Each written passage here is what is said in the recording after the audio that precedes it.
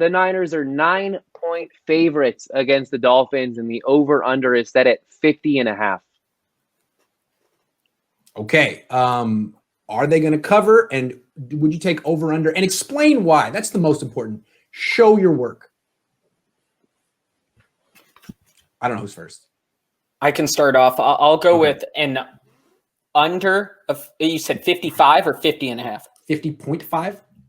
Okay, yeah, I'll go under just because I think it's going to be a 28-20, 28-17 game, and I think my math checks out on that. And then I'll go they cover by 9.5. Nick, pay attention. Stop blushing. We're not done yet. You can get in those DMs later. Maverick was making great points, and I can see you weren't paying attention. What did Maverick say right now? Tell everyone what Maverick said. Oh, God. Okay. What we're talking about is the Niners and the Dolphins. In my defense, I'm thinking about what I'm going to say next to make sure I articulate my points correctly. I don't know what you guys got going on in your head, but I'm getting ready for the degree of difficulty is ratcheting up. You got a lot of say next about the topic or say next in Emma's DMs?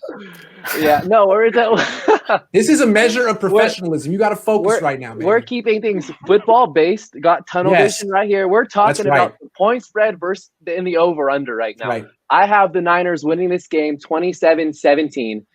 The Dolphins, I'll tip my hat off to the Dolphins. They've played 3 playoff teams this year.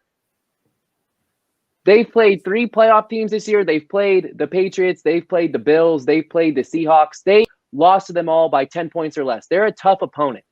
Yes. I could see the Dolphins. They're not a walk in the park. They're going to create a few different moments of anxiousness for 49er fans watching this game, but over a 60-minute period, I don't think the Dolphins score more than 20 points in this game. The 49ers defense is too good. They're starting Ryan Fitzpatrick, and if they really wanted to win this game, not saying they don't, but why not start Tua when it's so well documented the 49ers can't contain mobile quarterbacks? So I like the 49ers to win this game 27-17. The game goes under. The 49ers cover the spread. So I'm going to go with a score of 35-20, 49ers. Does that cover the spread? Say again? 35-20. I like it. Okay. I think it's at 45. All right. Oh, no. I went in there. Right. Okay. Because I think this offense, every time we feel like the 49ers, we're going to have question marks like, oh, is this a trap game? And that they just blow them out. We were all thinking that about the Giants, like, oh my God, they lost Bosa, the energy's down, they don't have their swag, and they just blew them out of the water. I think this is going to be the same thing here. Take travel in consideration for this Dolphins team as well. They're flying all the way out west. It's not a 2-hour flight.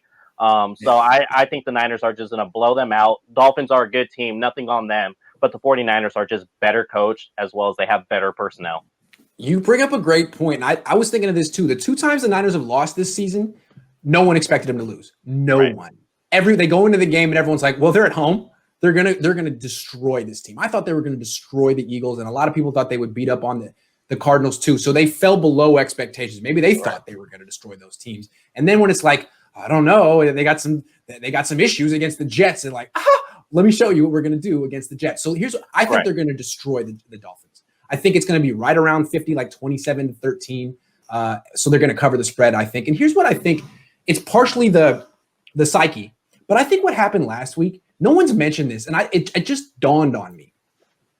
Remember, the Niners spent an extra week on the East Coast. And it's something they've been doing the last 2 years. And you do it because your body clock, you want to be on East Coast time. It's hard going back to the East Coast. Think about it, though. You spend that week on the East Coast. Now you're fully on East Coast time. You come back, you're jet lagged as hell, and it lasts all week. That you know that. I mean, jet lag isn't when you go to the East Coast; it's when you come back. And if you think about it, they were flat as hell on Sunday night. And remember the game that they played after staying on the East Coast last year? Do you remember? Yeah, they lost to the Falcons. No. Oh, did they do it twice last year? Yeah, they did it twice last year. And they turned the ball over 5 times. One of theirs. So I think what we're seeing is it's good for the second staying on the East Coast is good for the second road playoff game, but it really makes that first home game back tough. So what I think we saw last week is a tired team, a jet lagged 49ers team. They're not going to be jet lagged this time. The The Dolphins will be jet lagged. The Niners are going to smoke this team by a cool 14 points. I'm with Leo on that. So what's your final score prediction? 27-13. Just below the over-under and, enough to call it a blowout. I feel like you got to give this offense 30 points.